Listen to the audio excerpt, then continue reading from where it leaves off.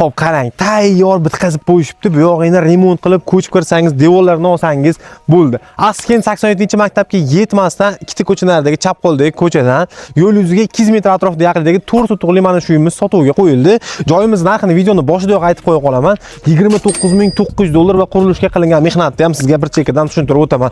4 sotuqli joyimizni, demak, birinchi mana bu tomonga to'xtalsam, bu yerda birinchi xonamiz mehmonxona uchun mo'ljallangan. Orqalariga ham chiroyli betondan quyishibdi. Hamda deyarli to'liq pishig'ishda qurilgan. Faqat перегородка uchun boshqa ishlatilgan xolos.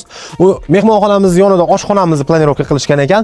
Oshxonamiz ham keng qilingan. Uni yonida esa uy dahliz ko'rinishidagi ikki xona uyimizni joylashtirib ketishibdi. Ichida o'zini sanuzul bilan birgalikda. Bittasini bolalar xonasi, bittasini kattalar xonasi qilsangiz, shu bilan bitta xo'jalik uchun 4 ta xona yetarlicha xonaga ega bo'ladi. Mana bu yerda tashqariga mo'ljallangan hojatxonamiz joylashtirilgan. Chegaramiz esa aynan mana shu yerdan bo'ladi. Bu tomonini betonni ko'tarib qo'yishgan. Devorini olib ta'mirlab olsangiz bo'ldi. Tunkalarni ham ayamasdan ishlatishibdi, chiroyli holatda. Xonadonimizni narxiga keladigan bo'lsak, 29900 dollar, hujjatlari ham joyida ekan. Bemalol kelib mana shu joy sotib olishingiz mumkin. Ozgina barakasiga ham o'tib berishadi.